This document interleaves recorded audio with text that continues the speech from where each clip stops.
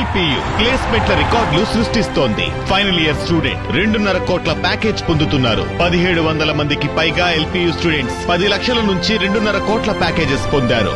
విద్యా విప్లవం ప్రారంభమైంది లవ్లీ ప్రొఫెషనల్ యూనివర్సిటీలో. టీచర్ గా మారిపోయారు ఆర్థిక మంత్రి నిర్మలా సీతారామన్. పర్యావరణ పరిరక్షణ, కాయగూరల పెంపకం, సేవ్ వాటర్ పై విద్యార్థులకు అర్థమయ్యేలా వివరించారు కేంద్ర ఆర్థిక మంత్రి నిర్మలా సీతారామన్. శ్రీ సత్యసాయి జిల్లా పెనుకొండ నియోజకవర్గం పాలసముద్రం నాసిన్ అకాడమీలో జరిగిన ఓ కార్యక్రమంలో నిర్మలా సీతారామన్ పాల్గొన్నారు. మొక్కల విశిష్టత, ఉపయోగాలు అంశంపై విద్యార్థులకు చక్కగా అర్థమయ్యేలా వివరించారు నిర్మలా సీతారామన్. ఈ అనంతపురం జిల్లాలో పెద్ద ప్రాబ్లం ఏంటి? మీకు వర్షాలు రావు, ఎండిన గాలి, దాంట్లో తేమ ఉండదు, రైటా? తేమ లేని గాలి రావడం వల్ల ఇంకా నీళ్ళని పైకి తీసుకొచ్చేస్తుంది, భూమిలో నీళ్ళు ఉండదు.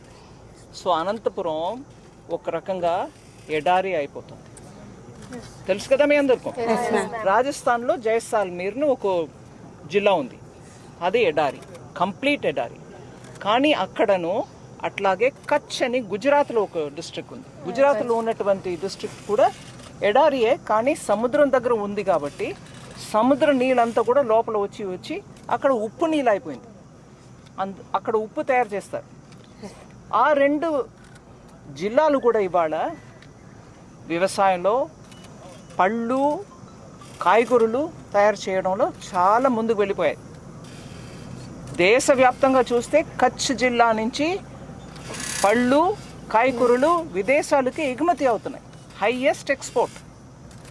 ఇప్పుడు మనకు అనంతపూర్ జిల్లాని ఎందుకు అలా చేయలేము? చేయవచ్చా? మనకు నీళ్లు ఉంటే మంచిది కదా. అందరికీ కాయగూరలు పెంచడం వ్యవసాయాలకి, రైతులకి మంచిదే కదా. ఆ దృష్టిలో ఇక్కడ ముందుగా మనం మొదలు పెడుతున్నాం.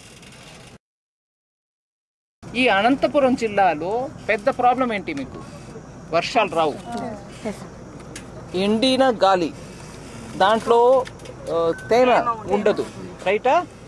తేమ లేని గాలి రావడం వల్ల ఇంకా నీళ్ళని పైకి తీసుకొచ్చేస్తుంది, భూమిలో నీళ్ళు ఉండదు. సో అనంతపురం